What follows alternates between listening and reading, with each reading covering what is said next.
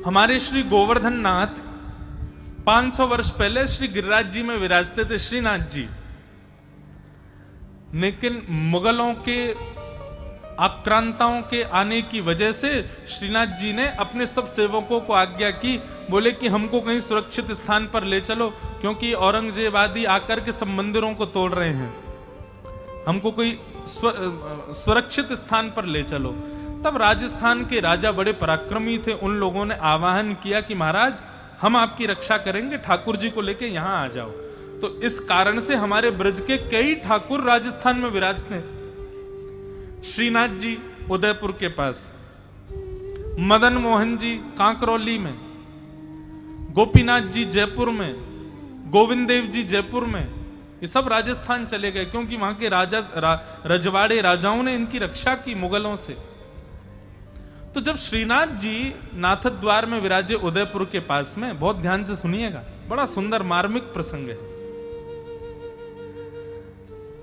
तो ठाकुर जी विराजमान हुए, रसोई व्यवस्थित होने में समय लग रहा था, तो गुसाई जी ने आज्ञा की कि भैया एक काम करो, सब वैष्णव एक एक दिन की सेवा लो, अपने अपने घर से सामग्री बना के लाओ और हमको प्रदान करो, हम ठाकुर जी का भोग लगाएंगे। तो सब कुछ चुन लिया गया, हाँ भाई कल तुम्हारे घर से भोजन आएगा, परसों तुम्हारे यहां से, तरसों तुम्हारे यहां से, तब तक रसोई तैयार हो जाएगी बन के। सब भक्तों ने स्वीकार किया। और उन्हीं भक्तों की श्रृंखला में एक बड़ा दीनहीन सा भक्त था। वो बेचारा अपना पेट, अपने परिवार का पेट मंदिर की प्रसादी से भरता था, लेकिन उसको 4 दिन बाद की सेवा मिल गई कि तुम्हारे घर से भोजन बन के आएगा। अब वो बड़ी चिंता में बोले मेरे घर में तो कुछ भी नहीं है, लेकिन सेवा मिली है तो सेवा छोड़नी भी नहीं चाहिए। अपने गुरुदेव के पास गए और जाकर के कहा, हे गुरुदेव आज्ञा करो, सेवा मिली है कि घर से प्रसाद बना करके मंदिर भेजना, और एकाध थाली प्रसाद नहीं बनेगा, बड़े बड़े भगोनों में दही दाल बनेगी, बड़े बड़े पतीलों में जो है हलवा बनेगा, कम से कम 200-400 लोग पा सकें इतना प्रसाद भेजना पड़ेगा। कैसे करूं, क्या करूं, मेरे घर में इतनी व्यवस्था नहीं है। तब उनके गुरुदेव ने आज्ञा की कि भैया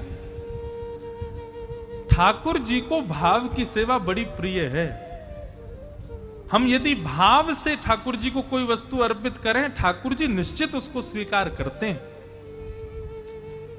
इसलिए तुम यदि प्रस्तुत कोई वस्तु नहीं कर सकते, भाव से प्रस्तुत कर दो। अपनी गुरु की आज्ञा पर इतना विश्वास उस भक्त ने पता है क्या किया, बड़ी पत्तल में खाली दोने, अब घर में सामग्री तो है नहीं, गुरु की आज्ञा थी कि भाव कर लेना, तो भाव उसने क्या रखा, एक दोने का स्पर्श किया और कहा, हे नाथ मैंने देखो चने भिगोए हैं, चने भिगोने के बाद उबाल दिए, उबाल करके उनमें नमक डाल दिया, थोड़े मसाले डाल दिए, थोड़ी वस्तु डाल दी, नींबू निचोड़ दिया, नींबू निचोड़, अरे देखो ये चना मैंने इस दोना में पधरा दिया, आहा कितनी बढ़िया दही आई है, दही को मैंने देखो बढ़िया पका करके हल्दी आदि मिला करके कढ़ी बनाई, पकौड़ी डाल के, ठाकुर जी देखो ये बढ़िया कढ़ी है। वस्तु नहीं है, केवल भाव कर रहा है। ठाकुर जी आपके लिए 5 प्रकार की रोटी बनाई है, मिस्सी रोटी बनाई है, गेहूं के आटे की रोटी बनाई है, आदि आदि व्यंजनों की रोटी बढ़िया घी चुपड़ करके, और एक और पत्तल से उस पत्तल को ढक दिया, और खाली पत्तल खाली दोने केवल भाव से लेकर के मंदिर में चला गया। और मंदिर में जाके गुसाई जी से कहा, गुसाई जी बढ़िया चना की सब्जी बनाई है, कढ़ी बनाई है पकौड़े वाली, और मिष्ठान में बढ़िया रसमलाई बनाई है, ठाकुर जी के लिए 5 प्रकार की रोटियां बनाई हैं, चटनी बनाई है, अचार बनाया है, सब कुछ आप ठाकुर जी को पधरा दो। वस्तु एक भी नहीं थी, खाली पत्तल खाली दोने थे, केवल उसका भाव था। गुसाई जी लेकर के गए और ले जाकर के भीतर ठाकुर जी के सामने पधरा के जैसे ही पर्दा किया, पत्तल हटाई, तो जितनी सामग्री उसने भाव की थी वो सब उसमें व्यवस्थित हो गई। अब गुसाई जी को नहीं पता था कि ये वस्तु लाया ही नहीं है, उनको लगा ये बना के लाया होगा। बाहर बैठा वो भक्त रोने लगा, बोले गुरुदेव की आज्ञा से मैंने भाव तो कर लिया, लेकिन वास्तविकता कैसे भूलूं मैं कि उसमें कुछ भी नहीं है, खाली पत्तल मैंने दे दी। आज प्राण त्याग दूंगा मैं, क्यों? ठाकुर जी ने जीवन में एक बार अपनी सेवा के लिए आज्ञा दी और मैं वो भी नहीं कर पाया। जैसे ही भोग पूरा हुआ, घंटी बजी, तो भक्त घबराने लगा। बोले गुसाई जी आएंगे, सबके सामने मुझे डांटेंगे कि अरे खाली पत्तल लेके आया, खाली तो नहीं लेके आया ठाकुर जी के लिए। लेकिन भीतर से गुसाई जी आए और आकर के वही पत्तल उसको लौटाने, ले भैया बात है ना, तो बहुत जोर की सामग्री बनाई भैया, सबको जाके वितरित कर दे। उसको तब भी लगा कि ये व्यंग में मुझसे कह रहे हैं कि तूने बहुत बढ़िया सामग्री बनाई, सामग्री तो कुछ है नहीं। उसने कहा ले सब में वितरित कर दे। अब उसने कहा कि अब ठीक है ठाकुर जी। बोले नहीं नहीं, इतनी बढ़िया तेने हलवा बनाया, इतनी बढ़िया तेने मलाई, वो रसमलाई बनाई, इतनी बढ़िया कढ़ी पकौड़ी बनाई, सबको वितरित करो। बोले गुसाई जी मैंने केवल भाव रखा था, वस्तु तो नहीं थी ना। बोले अरे कैसी बात कर रहे हो, पत्तल उठा के देख, सबरी वस्तु यहां विद्यमान है। जैसे उसने पत्तल उठा करके देखा तो जितनी वस्तु की जो जो उसने इच्छा अपने हृदय में करी थी, और इच्छा ही नहीं, जैसे रंग की कढ़ी, जैसे रंग की चना की सब्जी, जैसी रंग की रोटी उसने मन में विचार की थी, सब कुछ वैसा ही पत्तल में व्यवस्थित था। ठाकुर जी ने स्वीकार किया। बंधुओं, हमारा हिंदू वैदिक सनातन धर्म इतना सूक्ष्म नहीं है कि वस्तु बना के प्रस्तुत करोगे तभी ठाकुर जी स्वीकार करेंगे। आपका भाव दृढ़ हो, आपके पास व्यवस्था कितनी है ये ठाकुर जी नहीं देखते, आपका भाव कैसा है ये ठाकुर जी देखते हैं।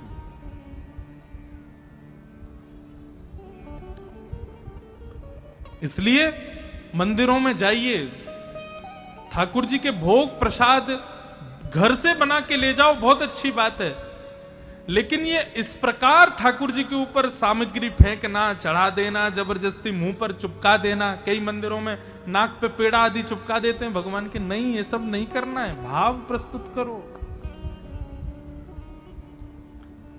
नारद जी महाराज बोले मैंने यहां आकर के देखा, सत्यम नास्ति, सत्य नहीं है, तपह नास्ति, भजन नहीं करते, केवल दिखावा करते हैं, शौचम नास्ति, पवित्रता नहीं है लोगों में, केवल शरीर को नहा धो के पवित्र कर देते हैं, लेकिन अंदर भयंकर गंदगी है लोगों के। केवल साबुन शैंपू लगा के अपने बाह्य शरीर को चमका लेते हैं, लेकिन अंदर से भयंकर मैल लगा हुआ है। दया दानम न विद्यते, दया नाम की तो चीज नहीं है किसी के अंदर। और दान, दान कैसा करते हैं? दान ऐसा होना चाहिए, कहते हैं एक हाथ से दो, दूसरे को पता भी ना चले, लेकिन हमारे यहां दान कैसा होता है? दान करेंगे, दूसरे दिन अखबार में फोटो सहित लिखवा देंगे, कल हरिगढ़ क्षेत्र में इतने अनाथ बच्चों को इतनी सामग्री फलाने नाम के व्यक्ति ने प्रदान की, इतनी गरीब कन्याओं का विवाह फलाने व्यक्ति ने किया, उसका प्रचार कर देते हैं। दया दानम न विद्यते, मंदा सुमंद मतयो हो, मंद बुद्धि है लोगों की, मंद भाग्या विपद्रुता, पाखंड निरताम संतो विरक्ता सब परिग्रह। नारद जी बोले मैंने बिल्कुल विपरीत देखा पृथ्वी को। मैंने पूछा भैया इतनी बड़ी बड़ी मंजिल इमारतें किसकी हैं? बोले त्यागी जी महाराज की, नाम है त्यागी जी, लेकिन बना रखी हैं बड़ी बड़ी इमारतें। भैया इतना शोर कहां से आ रहा है? बोले मौनी बाबा के आश्रम से, नाम है मौनी बाबा, आ क्या रहा है? शोर। इतने सारे बालक बच्चे किसके घूम रहे हैं? ब्रह्मचारी जी के, नाम क्या? ब्रह्मचारी। ये कोई किसी का आक्षेप नहीं है, लेकिन ये पाखंड के रूप में कई लोगों ने हमारे सनातन धर्म को बहुत ध्वस्त किया।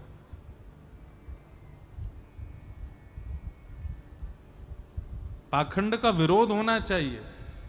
पाखंड एक ऐसी कैंसर जैसी बीमारी हमारे सनातन धर्म को लग जाती है, जिसकी वजह से हमारी आगामी पीढ़ी सनातन धर्म से बचती है।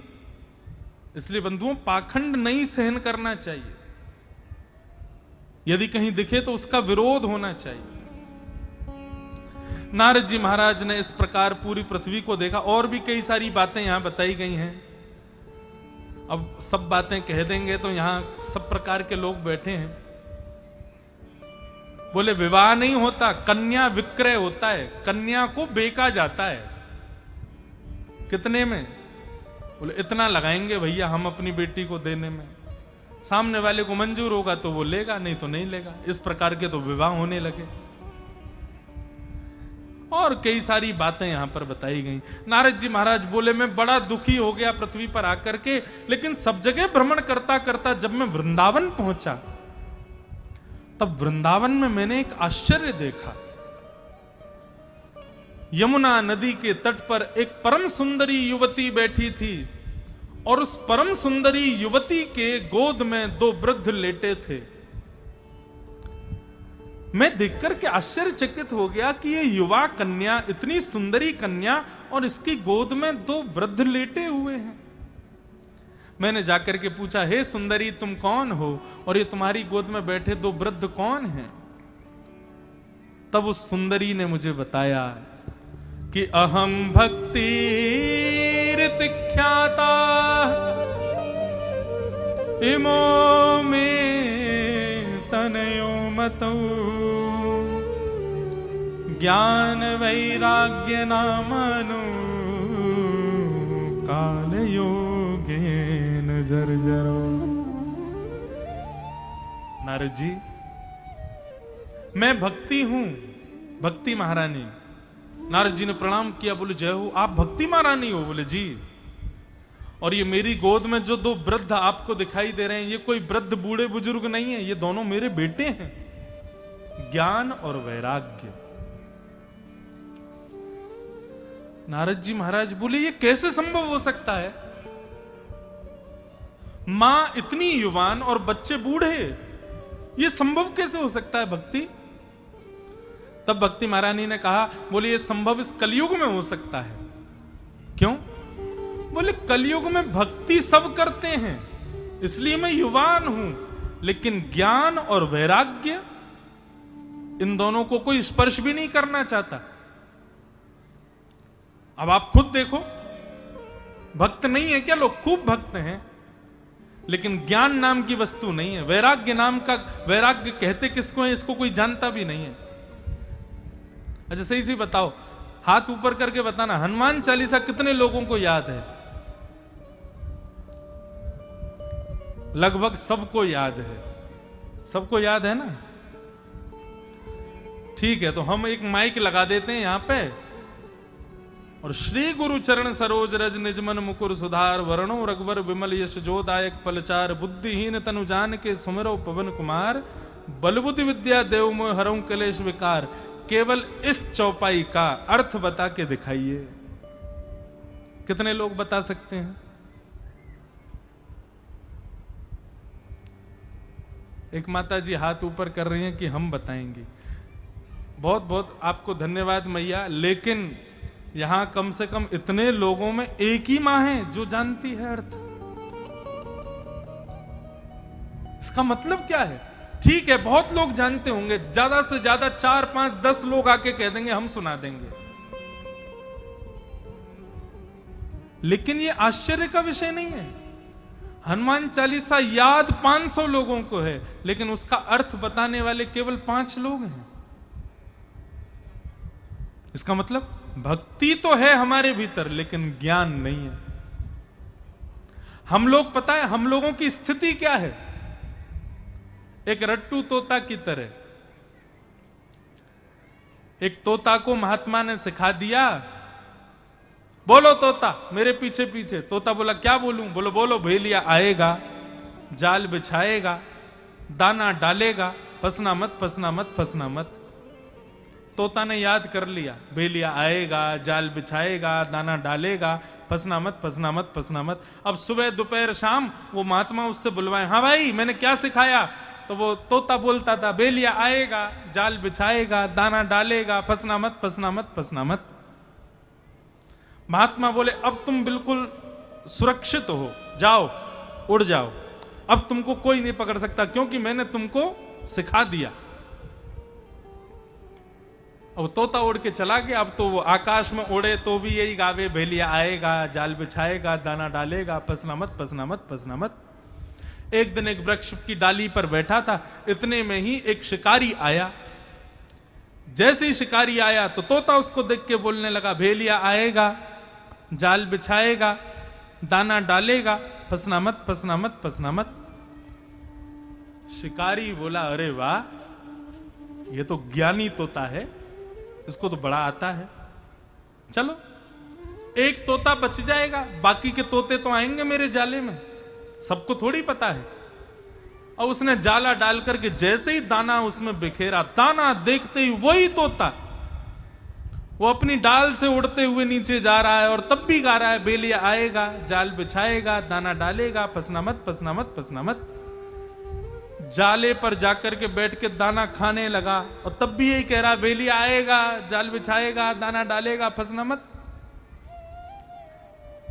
शिकारी समझ गया, बोले अरे है तो रत्तू टोटा, इसने रट लिया है इस बात को, लेकिन इसका बोध इसको नहीं है, इसका ज्ञान इसको नहीं है। भेलिया ने जैसे ही उसको पकड़ा, जाले में बंद किया, वो जाले में पड़ा पड़ा भी चिल्ला रहा था, भेलिया आएगा, जाल बिछाएगा, दाना डालेगा, फंसना मत, फंसना मत, फंसना मत। भेलिया ने जाकर के अपने घर पर तोते को निकाल के जैसे ही उसको काटने का प्रयास किया, तब भी वो गा रहा था, भेलिया आएगा, जाल बिछाएगा, दाना डालेगा, फंसना मत, फंसना मत, फंसना मत।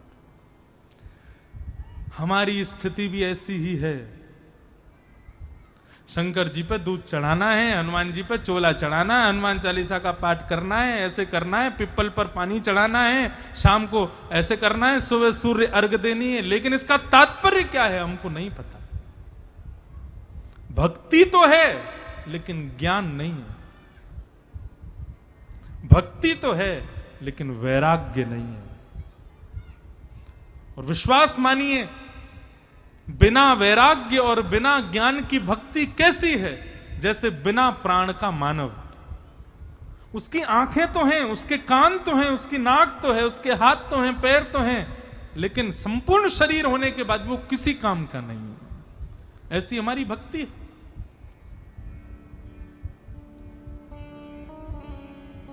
इसलिए ज्ञान और वैराग्य ये दोनों अति आवश्यक हैं हमारे जीवन में।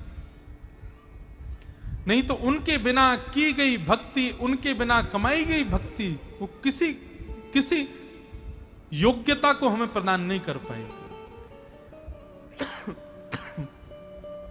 ज्ञान होना चाहिए हर वस्तु का, हर भाव का। भक्ति महारानी बोली, संसार के लोगों के अंदर ज्ञान और वैराग्य की सूक्ष्मता है, न्यूनता है, इसलिए ये दोनों वृद्ध हैं और मैं युवान हूं। तब नारद जी महाराज से भक्ति महारानी ने कहा, आप कृपा करके मेरे पुत्रों को पुनः युवान कीजिए, नहीं तो विदेशम गम्यते मया, मैं भारत छोड़ के विदेश चली जाऊंगी। नारद जी बोले, नहीं नहीं देवी, आप यदि चली गई तो भारत का सर्वनाश हो जाएगा, आप इस धराधाम को छोड़ के मत जाओ, मैं आपके पुत्रों को युवान करने का कोई ना कोई उपाय ढूंढता हूं। तब नारद जी महाराज उपाय ढूंढने के लिए विद्वानों के पास गए, लेकिन कोई भी विद्वान प्रमाण से नहीं बता पाया कि ज्ञान और वैराग्य युवान कैसे होंगे। तब नारद जी महाराज बद्रीनाथ गए और बद्रीनाथ में जाकर के सनक सनंदन सनातन सनत कुमारों से उन्होंने जब ये प्रश्न किया, तब सनत कुमारों ने 5 प्रकार के सत्कर्म बताए और कहा कि यदि इनमें सर्वश्रेष्ठ सत्कर्म कर लिया जाए तो ज्ञान और वैराग्य पुष्ट हो जाएंगे। 5 सत्कर्म कौन कौन से हैं, उन्हीं के बारे में बताया गया। स्वाध्याय ज्ञान यज्ञश्च ते तु कर्म विसूचका। सबसे पहला यज्ञ क्या है? द्रव्य यज्ञ। दूसरा तप यज्ञ, तीसरा योग यज्ञ, चौथा स्वाध्याय यज्ञ और 5वां ज्ञान यज्ञ। सनत कुमार बोले, हे नारद जी, ये 5 प्रकार के यज्ञ हैं और इनमें सर्वश्रेष्ठ यज्ञ ज्ञान यज्ञ है, जो हम आप सब लोग अभी हरिगढ़ की भूमि पर कर रहे हैं। श्रीमद् भागवत कथा ज्ञान महायज्ञ। ज्ञान यज्ञ सबसे बड़ा यज्ञ माना जाता है। द्रव्य यज्ञ क्या है? वो सामने जो कुंड बना है वहां पर जो यजमान कल से करेंगे उसको कहेंगे द्रव्य यज्ञ। वहां पर द्रव्यों की आहुति दी जाएगी और यज्ञ नारायण को प्रसन्न किया जाएगा। तप यज्ञ किसे कहते हैं? जहां पर व्यक्ति एक आसन पर बैठ करके समाधिस्थ होकर के विषयों का चिंतन ना करते हुए भगवत स्मरण करे, उसको तप यज्ञ कहते हैं। योग यज्ञ किसे कहते हैं? विभिन्न विभिन्न प्रकार के साधन करके विभिन्न विभिन्न प्रकार के प्राणायामों के द्वारा योग सिद्धियों को प्राप्त करे, वो योग यज्ञ है। और स्वाध्याय यज्ञ किसे कहते हैं? बहुत सारे ग्रंथों का अवलोकन करना, ज्ञान अर्जित करना, ये स्वाध्याय यज्ञ। लेकिन सबसे बड़ा यज्ञ क्या है? बोले नीचे बैठ करके किसी महापुरुष की वाणी को श्रवण करना, ये सबसे बड़ा यज्ञ है, ज्ञान यज्ञ। ना तो हम इसमें ऐसा कोई ये मत सोचने ना आपकी महाराज जी अपने आप को महापुरुष बता रहे हैं, हम महापुरुष नहीं हैं। व्यास आसन पर कोई श्रेष्ठ जन बैठे, उसको बैठ के भगवान गीता में कहते हैं संसार में 2 सबसे कठिन काम हैं। पहला, बिना किसी की सहायता के स्वयं अध्ययन करना, स्वयं पढ़ना, ये बहुत कठिन है। और दूसरा सबसे कठिन काम है बहुत देर तक शांत रह करके किसी और को सुनना। अब 3 बजे से तो आप शांति बैठे हो, आप में से किसी ने एक शब्द भी नहीं बोला। सामान्य दिनों में इतनी देर का मौन होता है आपका? नहीं होता। लेकिन पिछले 2-2.5 घंटे से आप सब लोग शांत बैठे हो। यह आश्चर्य की बात नहीं है तो क्या? क्योंकि संसार का हर व्यक्ति अपनी सुनाना चाहता है, सुनना नहीं चाहता है। भगवान कहते हैं अर्जुन, यदि कोई व्यक्ति मौन होकर के किसी को श्रवण करे तो ये दुनिया का 8वां अजूबा ही समझना उसको। वो इतनी देर बैठ के सुन रहा है। कथा सुनना एक प्रकार से अजूबों के लिए ही है। इतनी देर शांत बैठना बहुत मुश्किल काम है। तो सबसे बड़ा सत्कर्म क्या है? बहुत देर शांत बैठ के किसी अन्य को श्रवण करना, और उसकी बातों को केवल श्रवण ना करना, हृदयस्थ करना, हृदय में धारण करना। ये सबसे बड़ा यज्ञ है। नारद जी को कहते हैं सनत कुमार, यदि तुमने ज्ञान यज्ञ किया भागवत की, और फिर नारद जी ने ये और पूछा कि ज्ञान यज्ञ में क्या सुने? क्योंकि हमारे हिंदू वैदिक सनातन धर्म में तो बहुत सारे ग्रंथ हैं, किसको सुनना चाहिए? तब सनत कुमारों ने कहा, बोले ज्ञान यज्ञों में सर्वोपरि कौन सा है कि सत्कर्म सूचको नूनम ज्ञान यज्ञ स्मृतो बुधई। सत्कर्म श्रीमद् भागवतालाप सतु गीत सुखादिवि। बोले सुखदेव जी ने जो परीक्षित को कथा सुनाई थी श्रीमद् भागवत, उस कथा को सुनना ये सबसे बड़ा ज्ञान यज्ञ है। इसलिए आप यदि ज्ञान वैराग्य को पुनः युवान करना चाहते हैं, भक्ति की पीड़ा को दूर करना चाहते हैं, भक्ति को स्वस्थ करना चाहते हैं, तो भागवत की कथा कराओ। नारद जी जोर से हंसने लगे, बोले अरे राम, आपने कैसी बात कर दी? बोले मतलब? बोले आप भागवत की महिमा बता रहे हो। बोले और नहीं तो क्या? बोले परंतु भागवत का तो उद्गम 4 वेदों से हुआ है। ऋग्वेद, यजुर्वेद, सामवेद, अथर्ववेद, इन चारों वेद रूपी वृक्षों का फल है श्रीमद् भागवत। जो काम वृक्ष नहीं कर पाए वो फल कैसे कर देगा? सनत कुमारों ने कहा, राजन, सदैव क्रिया को फल ही करता है, वृक्ष नहीं करता। किसी को भूख लगी हो तो वृक्ष खाने से उसकी भूख पूरी नहीं होगी, फल ही खाना पड़ेगा। किसी को रस की इच्छा हो तो वो 3200 पेड़ में नहीं गाड़ेगा, वो रस को ही लेगा, फल को ही लेगा। इसलिए तुम भक्ति को स्वस्थ करना चाहते हो तो फल का आश्रय लो, श्रीमद् भागवत ही फल है। और भागवत के विषय में बताते हुए नारद जी महाराज को कहा कि जाओ भागवत की कथा कराओ, ज्ञान वैराग्य स्वस्थ हो जाएंगे।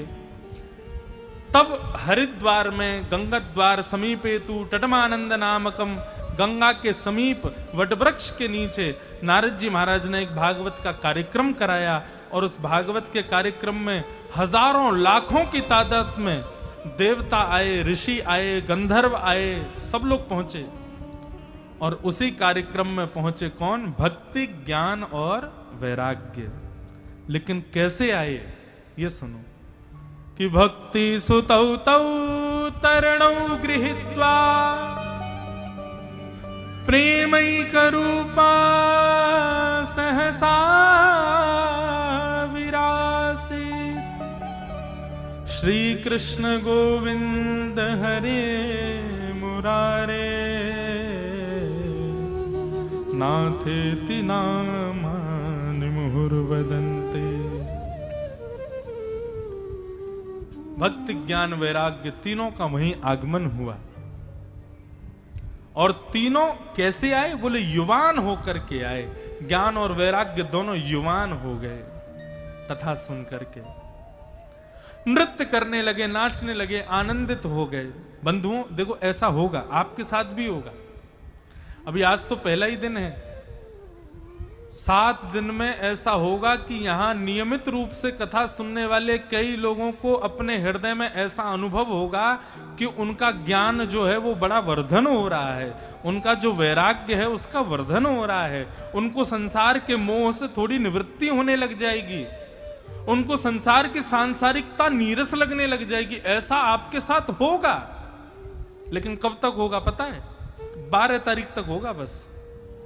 जिस दिन यहां कथा विश्राम हुई उसके बाद 2-4 दिन और याद आएगी, 2-4 दिन बाद फिर से वही संसार प्रिय लगने लगेगा, फिर से ज्ञान वैराग्य वृद्ध होने लग जाएंगे, फिर से दोनों सो जाएंगे, फिर से अपने आप को शून्य समझने लग जाएंगे।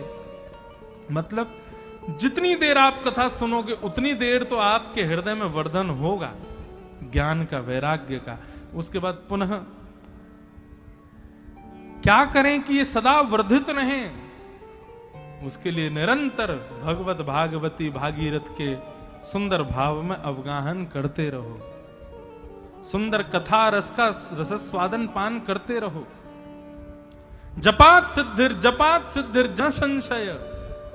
बंधुओं आप सबसे हाथ जोड़ के प्रार्थना, 7 दिन बाद कथा पूरी हो जाए उसके बाद कथा का आश्रय छोड़िएगा मत, उसके बाद भी निरंतर सुनते रहिएगा। जरूरी नहीं है स्थान पर आके सुनो, टीवी पे सुनो, फोन में सुनो, लेकिन अपना एक नियम बना लीजिए। और सबसे बढ़िया नियम बताऊं, सारे कामों से निवृत्त होकर जब रात्रि में सोने के लिए जाओ तब अपने पास फोन में या किसी भी वस्तु में कथा चला लो और नेत्र बंद करके उसको सुनते सुनते सो जाओ। ये नित्य का नियम बना लीजिएगा। आपके हृदय के ज्ञान और वैराग्य कभी नहीं सोएंगे, ये दावा है। कौन कौन से पाप करने वाले पापी कथा सुनने से पवित्र हो जाते हैं?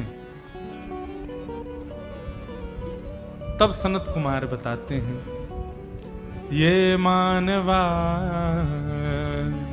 पाप कृतस्तु सर्वदा सदा दुराचार रता विमार्गगा क्रोधाग्निदग्धा कुटिलश्च कामिना सप्ताहयज्ञेन खलु पुनन्ति ते।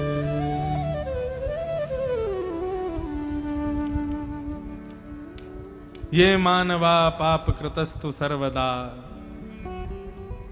कौशिकी ध्वनि। जो मानव दुनिया में जितने भी पाप हैं सब पापों को करता है। बंधुओं पाप कहते किसको हैं? पाप का मतलब क्या होता है?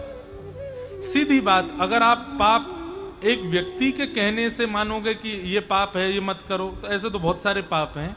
लेकिन सीधी बात, गुरुजन, माता पिता और हमारे वैदिक शास्त्र जिन क्रियाओं को करने के लिए मना करते हैं उन क्रियाओं को करना ही पाप है। जिनकी आज्ञा हमारे शास्त्रों में नहीं है, जिनकी आज्ञा गुरुजन नहीं देते, जिनकी आज्ञा माता पिता नहीं देते। आपको किसी काम को करने से 10 करोड़ रुपए की प्राप्ति होने वाली है, लेकिन आपके पिताजी कहते हैं बेटा मेरी इच्छा नहीं है कि तू ऐसा कर, तो माफ कीजिएगा वो कितना भी श्रेष्ठ काम हो, 10 करोड़ रुपए की प्राप्ति क्यों ना होने वाली हो, पिता की आज्ञा नहीं है तो वो पाप ही माना जाएगा। माता पिता गुरु शास्त्र जिन कार्यों को करने से मना करते हो उन कार्यों को करना ही पाप है। इसलिए बंधुओं, जीवन में कुछ अपनाओ चाहे मत अपनाओ, बिल्कुल कथा में आओ बिल्कुल मत आओ, मंदिर जाओ बिल्कुल मत जाओ, लेकिन एक बात हमारी मान लो, घर में विराजमान माता पिता जो हैं वो कैसे भी हैं, उनकी आज्ञा का पूर्ण निर्वहन करना प्रारंभ करो। आप उनकी आज्ञा मानना शुरू करो। आप विश्वास मानिए, कई लोग ऐसा कहते हैं महाराज जी हमारे माता पिता ऐसे नहीं हैं, आध्यात्मिक नहीं हैं, वैदिक नहीं हैं, उनको इतना ज्ञान नहीं है, वो कई बार हमको कई कार्यों के लिए मना करते हैं, तब हम क्या करें? आप अपनी आज्ञा का पालन करो। पालन करने के बाद आपकी रक्षा ठाकुर जी करेंगे। चाहे माता पिता ने गलत आज्ञा दे दी और आप उसका पालन करने लगे, कोई बात नहीं, आपने माता पिता की आज्ञा का पालन किया, यदि वो गलत भी है, आप उससे च्युत होने वाले हो, आप अपने पद से भ्रष्ट होने वाले हो, आपका कोई अनहित होने वाला है, बिल्कुल चिंता मत करना, ठाकुर जी रक्षा करेंगे। क्यों? आज्ञार्थी जो भक्त होता है, जो माता पिता की आज्ञा का पालन करता है, ठाकुर जी कहते हैं माता पिता की कैसी भी आज्ञा का पालन करने वाला हो, उसको मैं कभी उसके पद से कभी उसको भ्रष्ट नहीं होने देता, मैं उसकी रक्षा करता हूं। इसलिए भैया संसार में जो भी पाप हैं, उन पापों को करने वाला व्यक्ति यदि सप्ताह कथा का श्रवण करे तो वो पवित्र हो जाएगा, उसके हृदय से पाप निकल जाएगा। और क्या कह रहे हैं? सदा दुराचार रता विमार्गगा, दूषित आचरण करता है, गलत मार्ग पर चलता है, क्रोधाग्नि दग्धा कुटिलश्च कामिनः, क्रोध की अग्नि में सदैव जलता रहता है, कुटिल है, कामी है, ऐसा व्यक्ति यदि सप्ताह कथा श्रवण करे, 7 दिन एक आसन पर बैठ करके पूरी कथा का यदि श्रवण करे, तो सप्ताह यज्ञेन कलौ पुनन्तिते, सप्ताह कथा उसको पवित्र कर देती है। कई लोग बोलेंगे महाराज जी यदि 7 दिन की कथा इस प्रकार पवित्र करने लग गई तो फिर बहुत बुरा हो जाएगा। क्यों? हरिगढ़ में जाकर के चोर चोरी करेगा, डकैती डालेगा, सारे गलत काम करेगा। बोले क्यों? बोले 6 तारीख से कथा होने वाली है ना, उससे पहले सारे बुरे काम कर लो, 6 तारीख से 12 तक फिर कथा सुनेंगे, पवित्र हो जाएंगे। और रही बात कथा तो रोज होनी है 7 दिन तक, और कथा का तो सीमित समय है, 2:30 बजे से लेकर के 6:30-7 बजे तक होनी है। उससे पहले पाप करके आ जाओ, फिर कथा सुन लो, फिर रात में पाप कर लो, फिर दूसरे दिन फिर सुन लो। कथा सुनने से पवित्र ही तो होते हैं। बहुत ध्यान पूर्वक मेरी बात को सुनिएगा। कथा पाप मुक्त तब तक नहीं करेगी जब तक आप कथा में संकल्पित होकर के नहीं बैठोगे। संकल्पित होके मतलब आपने कोई अपराध किया, कुछ गलत किया, हमारे भीतर कोई दोष विद्यमान है और हम कथा में आकर के बैठ जाएं, तो श्रीमद् भागवत जी के सामने हाथ जोड़ के प्रस्तुत कर दो, हे भागवत जी मुझ में बहुत क्रोध है, हे भागवत जी मेरे अंदर बहुत काम है, हे भागवत जी मेरे अंदर बहुत ईर्ष्या है, मैं बहुत लोभी हूं। अपने सारे अवगुणों को ठाकुर जी के सामने प्रस्तुत करते हुए भागवत जी से प्रार्थना करो, मैं अपने अवगुणों को प्रस्तुत करते हुए हे भागवत जी आपसे प्रार्थना करता हूं, 7 दिन में नियमित रूप से सुनूंगा, आप कृपा करके मुझे पवित्र कर दो। मैं आपको वचन देता हूं, यदि आपने मुझे पवित्र कर दिया तो मैं 7 दिन के बाद दूषित कृत्य नहीं करूंगा। जब ये वचन आप दोगे तब भागवत जी पवित्र करेंगे। लोग सुनो एक बात कहें, ताली मौके पर बजे तो अच्छी लगती है, थोड़ी लेट बजे ना तो यूं लगती है तो अगल बगल की सुन के बजाइए। इसलिए जब ताली बजाने वाली बात आए तो मौका चूकना नहीं, और नहीं तो बजाओ ही मत। अब ऐसी ही बात कहते हैं गंगा जी के लिए। हर की पौड़ी पर देखो महाराज भीड़ लगी है लोगों की डुबकी लगाने की। क्यों? बोले गंगा पाप मुक्त कर देती है, गंगा पाप से मुक्त करती है। यदि ऐसा होता तो हरिद्वार में चोरों का बसेरा होता, हरिद्वार में कामी लोगों का बसेरा होता, ऋषिकेश में सारे लोभी ईर्ष्यालु लोग बैठे रहते। क्यों? सब गंगा जी में नहाते, दूषित काम करते, फिर गंगा नहा लेते, फिर दूषित करते, फिर गंगा नहा लेते। गंगा जी पर स्नान करने से यदि पवित्र होते तो गलत काम करके आओ, कूद जाओ, फिर करो, फिर कूद जाओ, ऐसे थोड़ी होगा। गंगा जी का जल हाथ में लो, और हाथ में लेके गंगा जी को वचन दो, हे गंगा मैया मैं आपको वचन देता हूं, आप मुझे पवित्र करो, मैं वचन देता हूं आज के बाद ऐसे दूषित कृत्य कभी नहीं करूंगा। ये वचन देकर के जब आप गंगा जी में प्रवेश करोगे तब गंगा जी आपके समस्त पापों को विनाश करेंगी और कह देंगी, देख सोच ले मैंने तुझे पवित्र कर दिया, आज के बाद करना नहीं कुछ ऐसा। क्योंकि यदि अब तूने ऐसा किया तो उसका परिणाम क्या होगा? मान लीजिए किसी ने कथा सुनकर के पवित्रता अपना ली, गंगा स्नान करके पवित्र हो गया, और कथा सुनने के बाद गंगा स्नान के बाद उसने पाप किया, तो क्या होगा?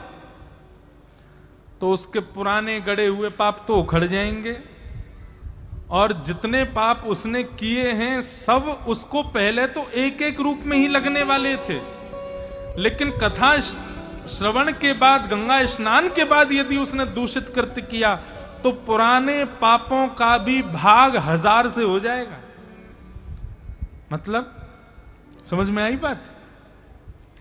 आज मैंने किसी को गलत बोल दिया, किसी को हृदय को ठेस पहुंचाने का एक पाप मुझे लगेगा, लेकिन कथा सुनने के बाद में, गंगा स्नान करने के बाद में यदि मैंने किसी को गलत बोला तो उसका एक पाप नहीं लगेगा, भाग इंटू 1000, 1000 में भाग होने के बाद जो आएगा इतना लगेगा, 1000 गुना ज्यादा।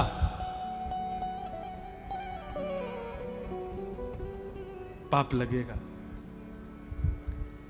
और वह पाप अति होकर के हमारे जीवन में आएगा। इसलिए भैया या तो कथा सुनो मत, लेकिन यदि कथा में आकर के बैठ गए और यहां सुनना प्रारंभ कर दिया तो फिर विचार कर लेना, यहां से जाने के बाद कुछ कर मत लेना, कुछ भी अनहित, किसी का भी कुछ भी दूषित, क्योंकि अब यदि किया तो फिर उसका तो गुना हो जाएगा, दुगुना हो जाएगा, तिगुना हो जाएगा, 1000 गुना ज्यादा हो जाएगा।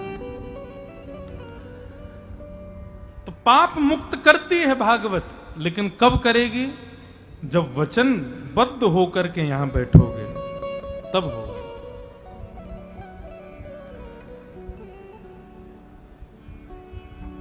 इस प्रकार कौन कौन से पाप करने वाले कथा सुनने से मुक्त होते हैं सबके बारे में बताए। तभी कहने लगे, बोले माता पिता से द्वेष करने वाला व्यक्ति भी यदि कथा सुने तो पवित्र हो जाता है। नारद जी बोले, महाराज क्षमा करना, सब बात स्वीकार करूंगा लेकिन ये नहीं कर सकता मैं। माता पिता से द्वेष करने वाले को भागवत जी पवित्र कैसे कर सकती हैं? वो तो महापापी है।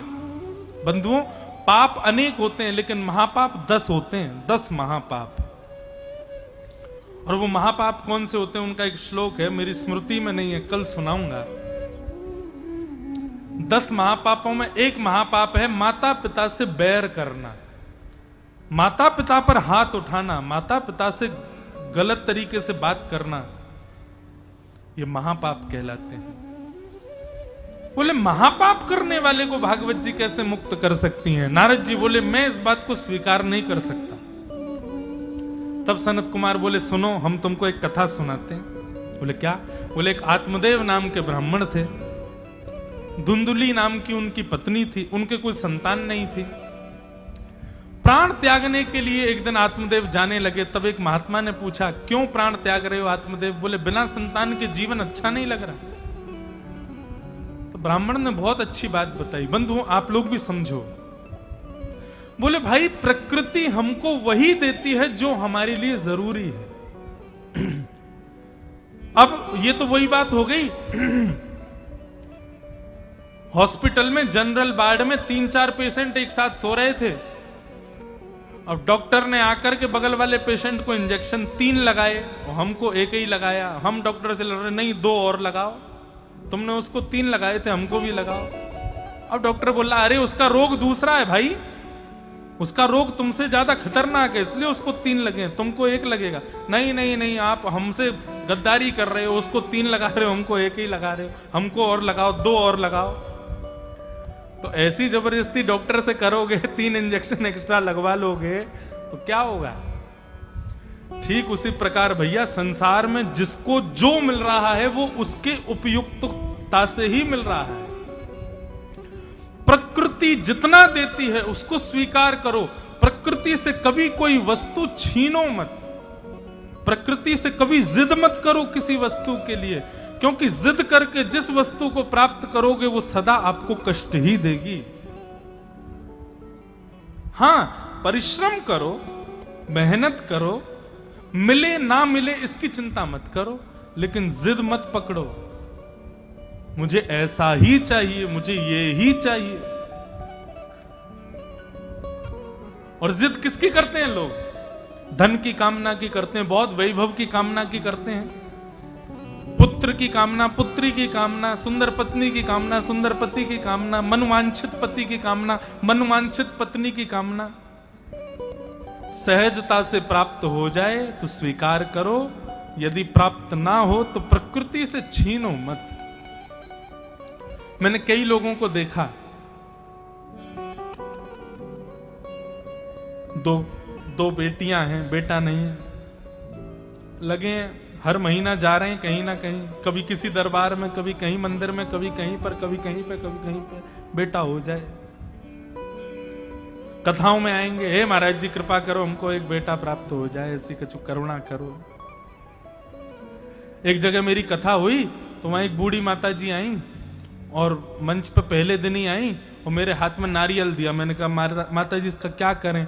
बोले इसको आप अपनी ये भागवत जी की चौकी के नीचे धर लो। मैंने कि ले धर लिया। अब बोले 7 दिन बाद हमारी बहू को दे देना। मैंने उससे क्या होगा? बोले भागवत जी कृपा कर देंगे, हमारे घर एक नाती हो जाएगा। मैंने कहा मां चूक गई आप। बोले क्यों? मैंने कहा आप मुझसे ये कहती 7 दिन बाद इस नारियल को हमारी बहू को देना, हमारे घर ठाकुर जी पधारे। मैंने कहा तो अच्छा होता, आपने पुत्र मांगा, आपने संतान मांगा, फल के रूप में कभी ठाकुर जी को क्यों नहीं मांगते? हम संसारी क्यों मांगते हैं? मुझे समझ ही नहीं आता ये बात। प्रकृति जो दे उसको स्वीकार करो, उससे छीनो मत। आत्मदेव नहीं माने, संत के चरण पकड़ लिए, बोले मुझे तो संतान चाहिए। संत ने एक फल दे दिया, बोले जाओ अपनी पत्नी को खिला देना, तुम्हारे घर एक पुत्र होगा। आत्मदेव आए, अपनी पत्नी को फल दे दिया, बोले लो देवी इसको खा लो, हमारे पुत्र होगा। वो धुंधुली थी, बहुत विचारशील, अपनी पति की आज्ञा पर उसको विश्वास नहीं था, उस पर और अपनी बुद्धि लगाने लगी। बोले इसको खाऊंगी तो गर्भवती हो जाऊंगी, होंगी भी कि नहीं होंगे? अरे फल खाने से कोई गर्भवती होती है? हमारे पतिदेव तो कहीं से भी कुछ की भी बात सुन के आ जाते हैं। बोले अगर इस फल में सामर्थ्य है, हमारे घर की गाय भी बांझ है, मैं इसको खिला के देखती हूं। फल जाकर के उस गाय को खिला दिया, फिर भी देखो आत्मदेव को संतान हुई नहीं। संत ने मना कर दिया था कि संतान नहीं है तो नहीं है, फिर भी हुई नहीं। और पत्नी ने सोचा अब पति मेरे किड़किड़ करेंगे, बोलेंगे फल खाया तो संतान क्यों नहीं हो रही, अब मैं कुछ महीने के लिए मायके चली जाती हूँ, मेरी एक सहेली गर्भवती है, उसकी संतान ले आऊंगी, उसको खूब सारा धन दे दूंगी, पति से कह दूंगी मेरा ही बालक है। 1 वर्ष के लिए अपने मायके चली गई। 1 वर्ष बाद लौट करके आई तो एक छोटे से संतान को लेकर के आई और अपने पति से कहा देखो आपने मुझे फल दिया था, उसके फलस्वरूप हमारे घर पुत्र हुआ। आत्मदेव नाचने लगे, जबकि उनका बेटा नहीं था, सहेली का बेटा ले आई थी। आत्मदेव ने कहा देवी इसका नाम मैं नारायण रखूंगा। धुंधुली बोली नहीं, मेरे गर्भ में रहा है। और नारायण बहुत पुराना नाम है। मेरा नाम धुंधुली, बेटे का नाम धुंधुकारी। ये बढ़िया नाम। आत्मदेव बोले अब तुमको जो अच्छा लगे रखो, आत्मदेव ही रख दो, धुंधुकारी रख दो। इतने में ही कुछ सेवक आए, बोले महाराज बधाई हो, आपके घर एक नहीं दो दो पुत्र हुए। बोले कैसे? बोले आपकी घर की जो गाय है वो भी गर्भवती थी, उसके गर्भ से भी मानवों जैसा पुत्र जन्म लेके आया है। आत्मदेव जी ने जाकर के देखा तो एक नन्हा सा मानवों जैसा बालक, गाय जैसे उसके कान थे, उस बालक को गोद में उठाया और कहे देवी तुमने उसका नाम धुंधुकारी रखा, अब इस बालक का नाम मैं रखूंगा, इसका नाम गोकर्ण। नाम का बहुत बड़ा प्रभाव पड़ता है बालकों के ऊपर बंधुओं। नाम बहुत सोच समझ के रखना चाहिए, ब्राह्मणों की आज्ञा से रखना चाहिए, संतों की आज्ञा से रखना चाहिए। नाम का बहुत बड़ा प्रभाव पड़ता है बालक के ऊपर। धीरे धीरे दोनों बालक बड़े हुए। अब धुंधुकारी का नाम ही धूम धूम करोति धुंधुकारी, जो केवल धूम ही करता रहे वो धुंधुकारी है। अत्यंत दुष्ट बन गया और पंडित ज्ञानी बना कौन? गोकर्ण। अपने माता पिता को मारने लगा, पीटने लगा धुंधुकारी, बहुत धन मांगने लगा, वैश्यागमन करने लगा, मदिरा पान करने लगा। पुत्र के कष्ट से दुखी होकर के आत्मदेव बोले इससे बढ़िया तो मैं बिना बेटे का था, ये कैसा बेटा घर में आ गया।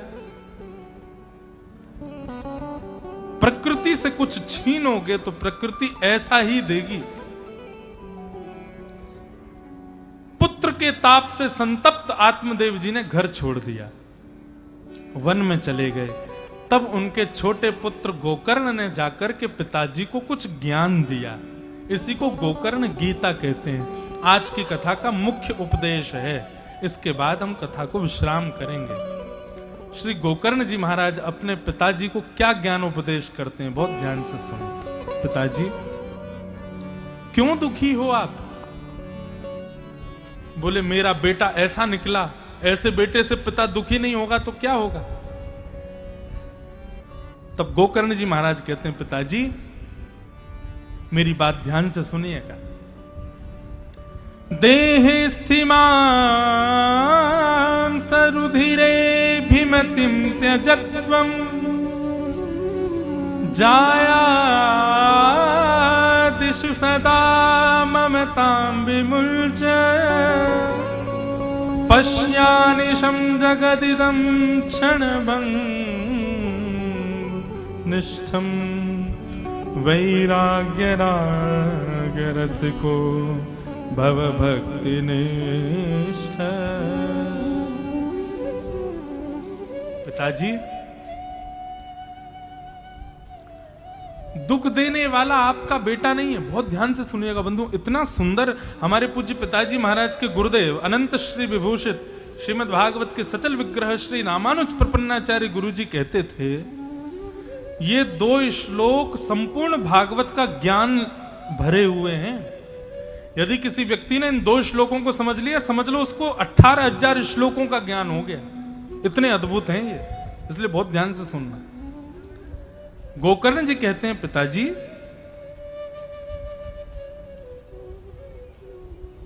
बेटा दुख का कारण नहीं है, बेटे के प्रति जो आपकी ममता है ना, ये दुख का कारण है। आप अभी पंडाल से निकल करके बाहर रोड पर गए, थोड़ी दूर जाकर के चौराहे पर आपने देखा एक 16 वर्ष का नाबालिग मुंह में लगाए सिगरेट पी रहा है। सही बताना, आप टोकोगे उसको? नहीं टोकोगे, आप चले जाओगे। क्यों? क्योंकि आपका नहीं है। लेकिन आप पंडाल से बाहर निकले, चौराहे पर आपको देखा आपके ही घर का बालक तंबाकू खा रहा है, सिगरेट पी रहा है, कुछ गलत कर रहा है। आप क्या करोगे? गाड़ी से उतरोगे, 2 रखोगे उसके कान के नीचे, कान पकड़ के गाड़ी में बैठाओगे, घर ले जाओगे, शिकायत करोगे, समझाओगे और उसको छुड़वाने का प्रयास करोगे। क्यों? क्योंकि हमारा है। गलत उसी उम्र का दूसरा बालक भी कर रहा है, लेकिन हमको उससे मतलब नहीं, क्योंकि हमारा नहीं है। लेकिन गलत हमारा बालक करे तो हमको इतनी पीड़ा होती है। इसका मतलब व्यक्ति की क्रिया हमको पीड़ा नहीं दे रही। व्यक्ति कौन है? अपना है तो पीड़ा है, अपना नहीं है तो पीड़ा नहीं है। पिताजी, पीड़ा का कारण बेटा नहीं है, पीड़ा का कारण अपना है, इसलिए पीड़ा है। ये ममता आपको पीड़ा दे रही है पिताजी। इस ममत्व का त्याग करो। व्यक्ति को कष्ट देने वाली दो चीजें होती हैं, एक तो अहमत्व और दूसरा ममत्व। अहमत्व किसको कहते हैं? अहमत्व सदैव खुद में होता है, अभिमान, और ममत्व सदैव अपनों में होता है, बेटा, बेटी, पत्नी, खानदान, चाचा, ताऊ, फूफा, बुआ, मामा, मामी, बच्चे, इनमें ममत्व होता है और खुद में अहमत्व होता है, और ये दोनों ही कष्ट देते हैं। पिताजी, सबसे पहले तो अहंकार का त्याग करो, मैं कुछ भी नहीं हूं, और फिर उसके बाद मेरे जितने भी हैं इनमें से ममत्व का त्याग करो। व्यक्ति अहंकार और ममत्व इन दोनों का त्याग कर दे, ऐसा व्यक्ति जीवन में कभी दुखी नहीं हो सकता। सुखी होने का चूक गए, फिर से चूक गए, बढ़िया है, बजाओ ही मत, सुनते रहो चुपचाप, क्या जाता है। आपको लगे कोई बात बढ़िया तो अपने मन में ही ताली बजा लिया करो। सुखी होने का यही सूत्र है। सबसे पहले तो खुद से अच्छा, हम अपने आप पे अभिमान करते क्यों हैं? किसी व्यक्ति को खुद पर अभिमान क्यों है? हमारी एक बात माने, अपने शरीर को अभी इसी वक्त आज्ञा कीजिए, हाँ भाई आज रात को तुझे भूख नहीं लगनी चाहिए, क्या ये मानेगा आपकी बात? नहीं मानेगा। 7, 7:30, 8, 9 बजते ही आपका शरीर चिल्लाने लगेगा भीतर से, बोलो कुछ खिलाओ, उसको कहो नहीं मिलेगा तो फिर और ज्यादा तेज हो जाएगी इसकी भूख। जो आपके वश में ही नहीं है उस पर अभिमान क्यों करते हो? अच्छा, अपने शरीर को कह देना, हाँ भाई अब तू सुन, अब तू जवान है, अब तू जवान ही रही हो, बूढ़ा मत होई हो, नहीं मानेगा। एक दिन झुर्रियां पड़ जाएंगी, एक दिन बाल सफेद हो जाएंगे, एक दिन सफेद दाढ़ी आ जाएगी, एक दिन आंखों से दिखना बंद होगा, कान से सुनना बंद होगा। ये 32 जो हमारी हैं एक दिन 2-4 ही रह जाएंगी। जो शरीर हमारे वश में नहीं है उसका अहमत्व क्यों, उस पर अभिमान क्यों?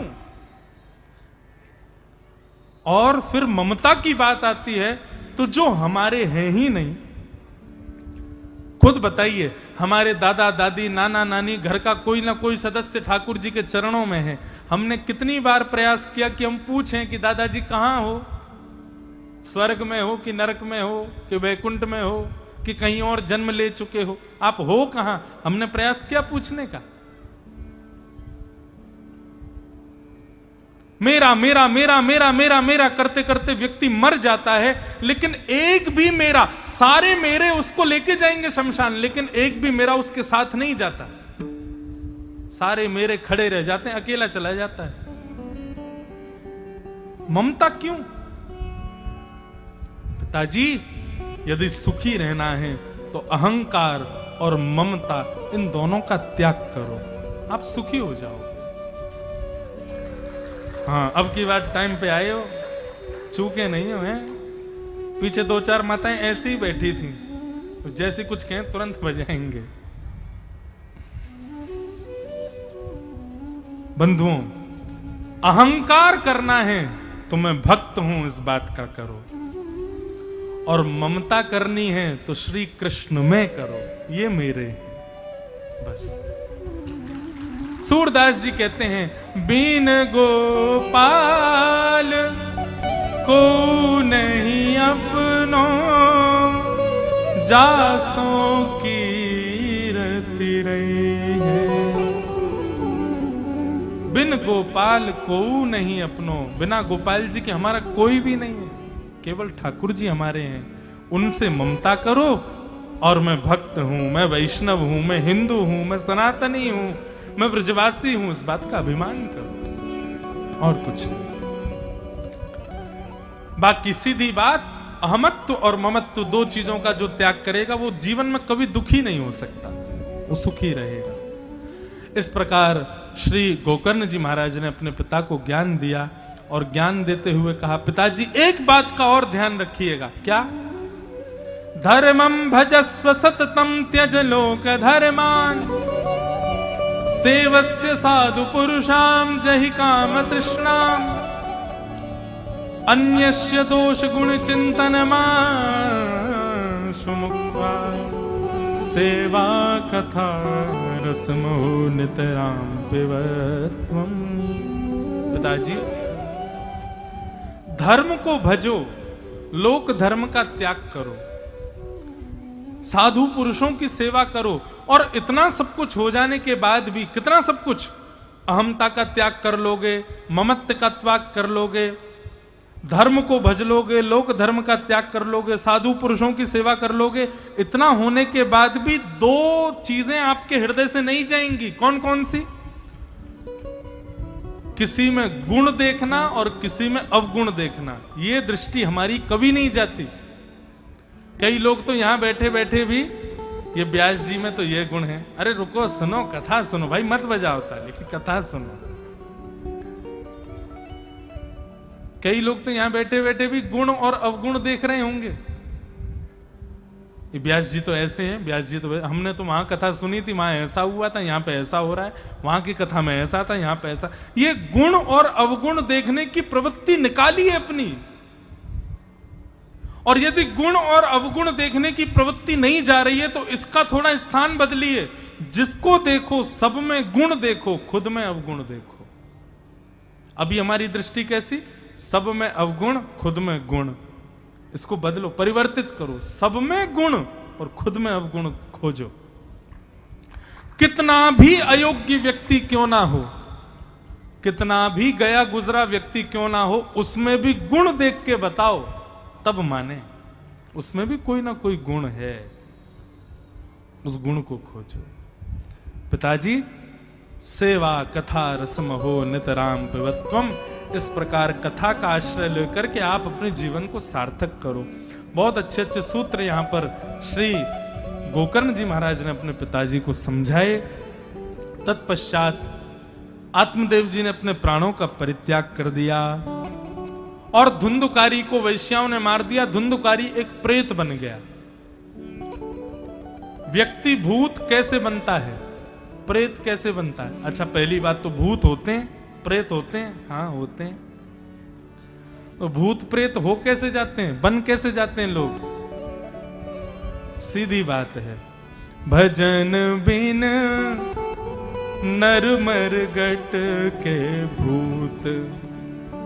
जो भजन ना किए बिना मर जाते हैं, जो जीवन में कभी भजन नहीं करते, भगवान का कभी स्मरण नहीं करते, कभी कथा नहीं सुनते, कभी वैष्णव संग नहीं करते, संतों को प्रणाम नहीं करते, ब्राह्मणों का वंदन नहीं करते, जो पूरे जीवन को केवल मैं एक इंसान हूं और भोग भोगते भोगते मर जाते हैं, मरने के बाद वही भूत बन जाते हैं फिर। और भूत होते हैं, सही बात है ये। लेकिन एक और बात कह दें, बुरा मत मानिएगा, भूत भी उन्हीं को ज्यादा दिखते हैं जो भगवान पर विश्वास नहीं करते या भगवान के भक्त वैष्णव नहीं बनते। जो वैष्णव हैं, जो ठाकुर जी के हैं, जो ठाकुर जी पर दृढ़ विश्वास करते हैं, जो वैष्णवता में रहते हैं, अरे विश्वास मानो, भूत उनके आगे आकर के मुक्त और हो जाते हैं, उनके आगे टिकी नहीं पाते।